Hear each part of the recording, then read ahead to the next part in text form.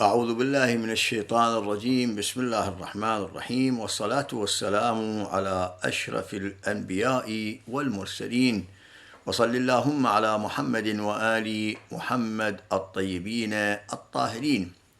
إن شاء الله أخواني أخواتي أحبائي أحبتي، سنشرع إن شاء الله في هذه الحلقات القصيرة المبسطة عن سيرة وحياة العبد الصالح عليه السلام الخضر، وإن شاء الله نأخذ العظة والدروس من حياته وكيف التقى بنبي الله موسى من أولي العزم.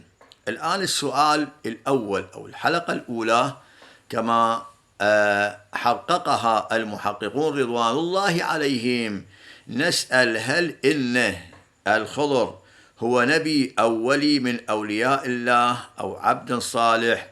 فما هو أول رأي مذهبنا الشيعة، وهل اختلفوا فيه نبي أو عبد صالح؟ وما هو مذهب أخواننا السنة؟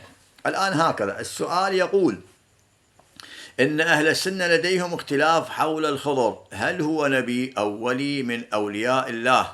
ولكن أريد أن أسأل في مذهبنا الشيعي: هل الخضر عندنا نبي أو ولي، مع الدليل والروايات الصحيحة إن شاء الله؟ في مقام الجواب يقول المحققون والعلماء: اسمع، قالوا: لدينا روايات تدل على أن الخضر عليه السلام ليس بنبي، يعني روايات صحيحة محققة الخضر ليس بنبي. مثلا منها في كتاب بصائر الدرجات صفحة 393 عن أبي جعفر، أبو جعفر الإمام الباقر، عن أبي جعفر عليه السلام بعد أن سئل عن سئله قال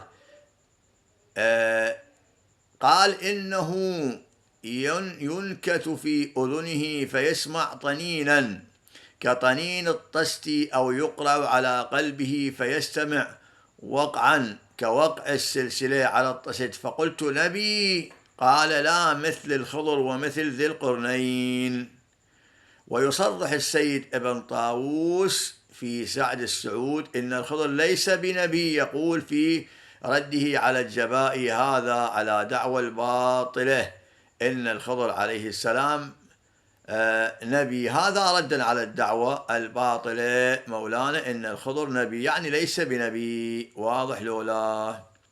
فإذا مولانا الخضر ليس بنبي وهو عبد صالح على تحقيق العلماء وفي روايات أهل البيت عليهم أفضل الصلاة والسلام.